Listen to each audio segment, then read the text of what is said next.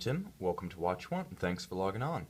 Today, we're looking at the Heuer Dato-Compax Chronograph-Calendar, reference 2558. This vintage example, 35 millimeters in 18 karat yellow gold, by my estimate, dates from approximately 1947, and it represents a signature reference from what might be described as the golden age of the calendar watch, particularly the calendar chronograph. This model, powered by the Valjoux 72C, the calendar version of Valjoux's iconic chronograph movement, has a great fraternity among its contemporaries in that Girard-Perregaux, Beauvais, Rolex, Heuer, Zodiac were all building watches with this movement in their distinctive styles. And calendar watches generally, during the late 40s to mid-1950s, were en vogue.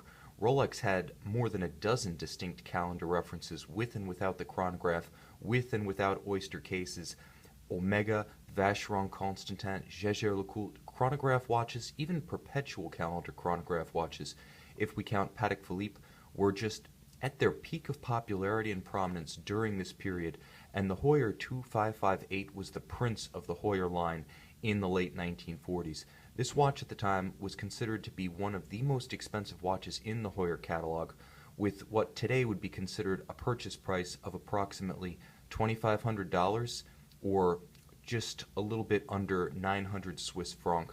But remember that back in those days, $4,000 bought a car, so this $200 US market watch was considered a very substantial piece at the time, and it remains so to this day. Now, 35 millimeters is quite substantial by the standards of the mid to late 1940s.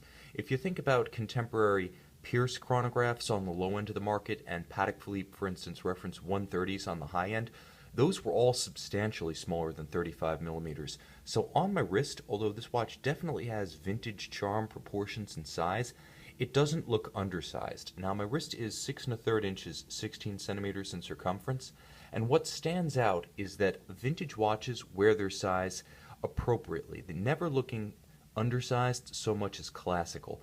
And that's all the more so when the cases are largely untreated, unpolished, and unmolested since manufacture.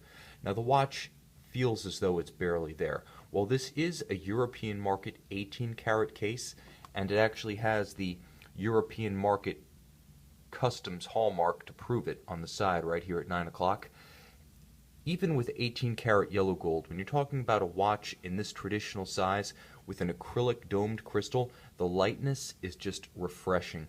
This watch makes as much of a masculine statement of style and confidence as any oversized Panerai, Hublot, or Rolex Deep Sea, and yet, because of its classical styling and outstanding condition, it's truly a connoisseur's watch that doesn't have to try too hard to make that impact.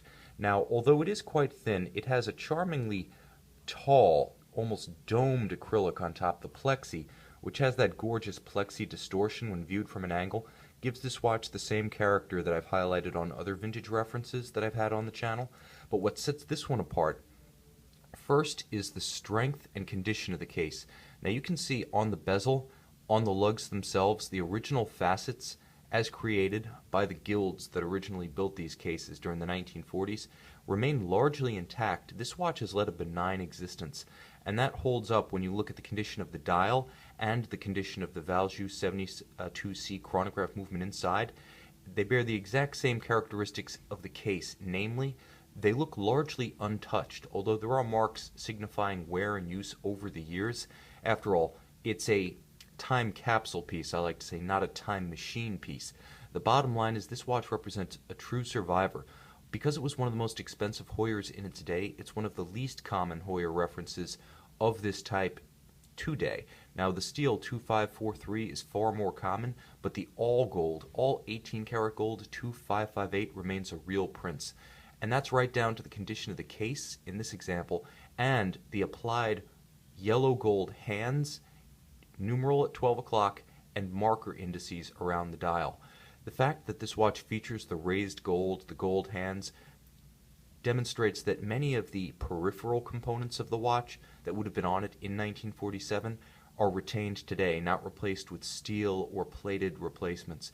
This watch is all of a piece and an outstanding survivor. As I've stated, you can tell because the case, the dial, and the movement all exhibit corresponding excellent condition, and the dial itself has a great deal of character.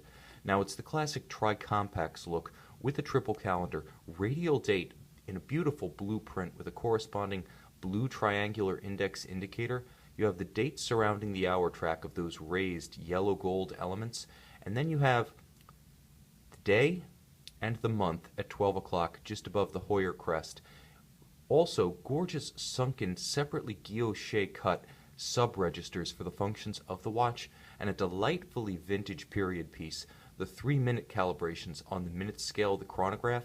Now, these were characteristic on chronograph watches from roughly 1946 to about 1959, and what they represent are the billing periods, the intervals at which long-distance phone calls of the period would be stepped up in cost. So chronograph watches at the time, especially those that were European market specific, were calibrated to indicate when those steps in the price of long-distance calls, quite exotic and really considered to be luxuries at the time, would be graduated in large increments. So a little period piece, that's the explanation for that today, and that's why you'll see it on many chronographs of this era.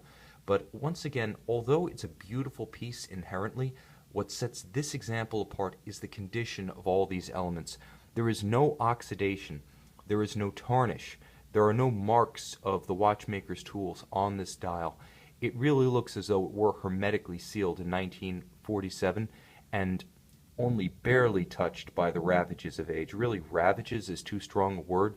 Kissed by the passing of time is a better way to describe it. You can see the high-res images of this watch on our website, and when you get the up-close macros and blow them up all you like on your computer, you'll see this dial holds up under scrutiny. It's an excellent piece.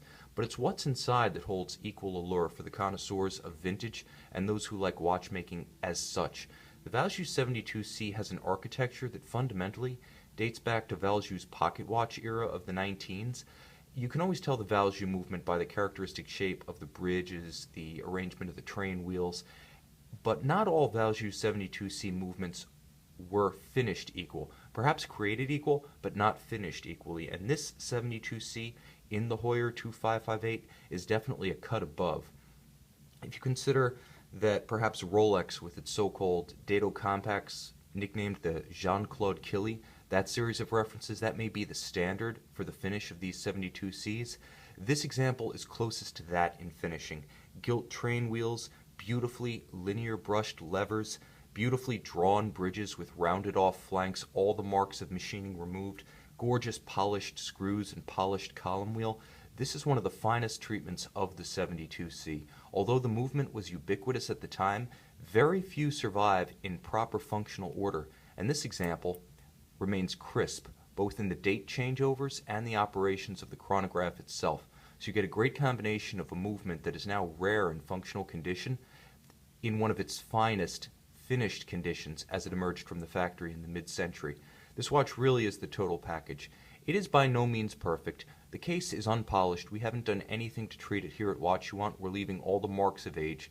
There's a little bit of a mark right here at 9 o'clock between the junction of the bezel and the case itself, just above the customs mark.